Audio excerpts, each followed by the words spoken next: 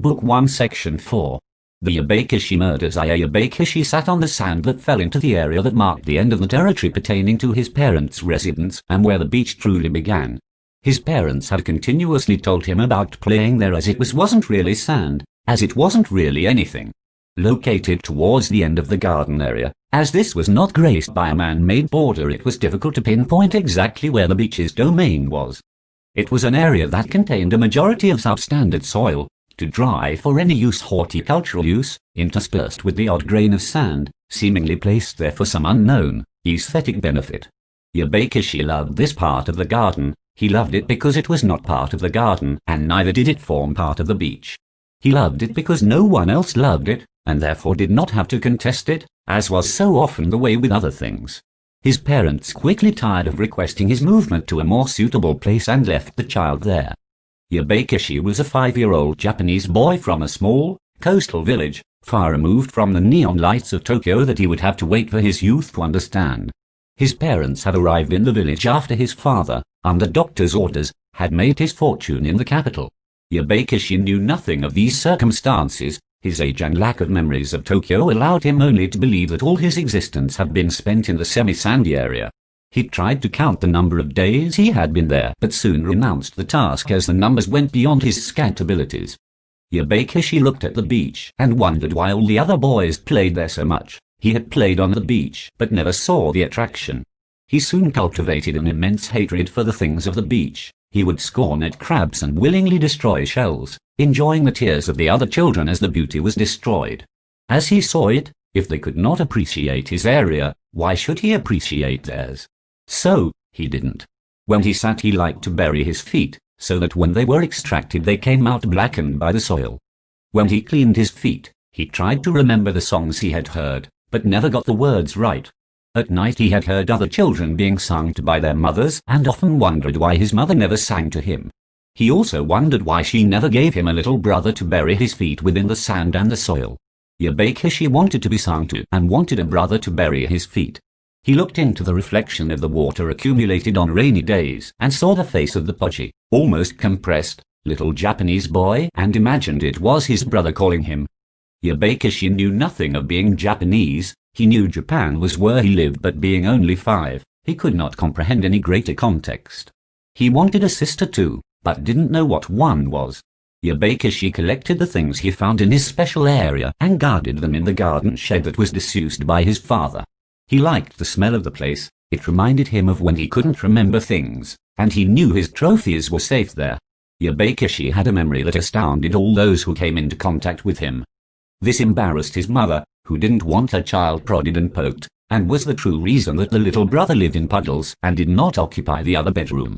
His mother was worried she had brought a monster into the world and feared continued breeding may only worsen the situation. When she tried to talk to Yobakishi, she became frustrated, unable to make a point without angering. Yobakishi suspected his mother did not love him, and that is why she didn't sing to him. His mother suspected he would never accept her and could not sing to him. So, Yobakishi played with his findings in the shed, attributing to them magical powers that transported him and his brother to other worlds. Yobakishi never looked for things, he always found them. Like the day he found the stone. Yobakishi knew that the stone was not a stone, it was too perfect and polished to be a mere stone, but it was also too indescribable to be a gem or a jewel. For more than 2 hours he sat and stared at the stone, and when his eyes got tired he buried it back in the soil, deeper than he ever had done with his feet, so he would never have to look at the stone again. That night, Yobakishi tried to sleep, but could not forget the stone. Then he heard the music that the other mothers sang to their sons. The music was coming from the stone was calling him. Checking his parents were sound asleep, Yobakishi left the house and made for the place that was his. He couldn't see and was forced to return to the house for a flashlight. He dug and dug until his little fingers started to bleed, but he couldn't find the stone, although the music was now unbearably loud. He continued looking but came across nothing, until exhausted and with bloody hands, he fell asleep outside. When his mother went to wake him the next day and saw him gone, she begged the devil to take her instead as a bad mother. When the devil didn't respond, she begged again, but still nothing. Then, she glanced out of the window and saw her little Yobakishi on the floor and rushed to him. His fingers were infected by the dirt from the soil, and she had to take him to the hospital, all the time wondering what price the devil had put on her. The infection soon became worse and Yobakishi passed into a coma. His mother, with tears in her eyes, began to sing the songs of the other mothers and waited for the devil.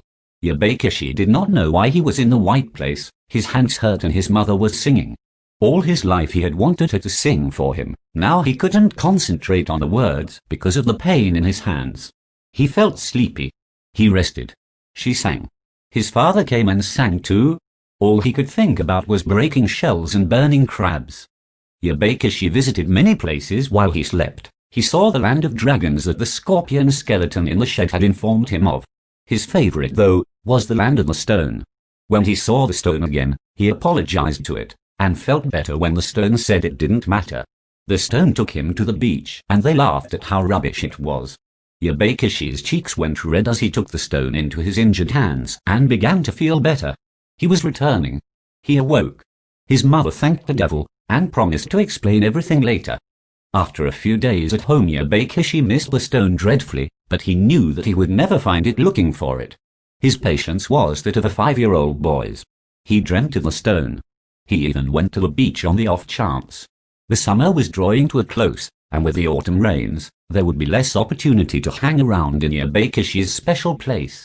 He despised himself for burying the stone and promised to God he would be a good boy if he gave him the stone back. God asked him how. Yobakishi said he didn't know, but he would try. God did not consider that worthy of the treaty and left. Yobakishi cried and vowed to sleep at the end of the garden until the rains and the bad weather came. As he lay on the ground, a kingfisher asked him why he was so sad, and laughed at the response, telling him, "Little Yobakishi, don't you know that the stone is always with you if you want it? Just because it is not in your hand does not mean it is not in your heart." Yobakishi thanked the bird, and set about entering his heart to retrieve the stone. He entered the kitchen and found a tin opener. Attaching it to his tiny nipple, he tried to open his heart to remove the stone, cursing the cryptic kingfisher as he did. His mother, awoken by the commotion, rescued him in the kitchen, and begged of the devil the truth. Yobakishi told his mother that he only wanted to retrieve the stone from his heart, and his mother laughed. "This stone?" she asked, removing the stone from her purse. "Is this the stone you want so much?" She gave it her little boy, and he thanked God for returning the stone to him. His mother returned to bed thanking the devil for a happy ending. The devil asked her why she assumed this was a happy ending, and Yobakishi's mother never slept again. Yobakishi took the stone to join the rest of his collection. He wanted to make it talk, but it wouldn't. He knew the stone was special, but not why. He wanted the stone to reveal itself, but it wouldn't speak. He asked his mother why the stone wouldn't speak to him, and she told him because the devil shouldn't speak to children. Yobakishi took the stone everywhere with him, even to bed. He was determined to know its powers. From time to time, it let out little words, when caught off guard, but then returned to its normal stone self. Yobakishi wanted to control the stone. The stone did not want to control Yobakishi. The stone did not need the control of Yobakishi. The stone's power was evident, but it could not choose.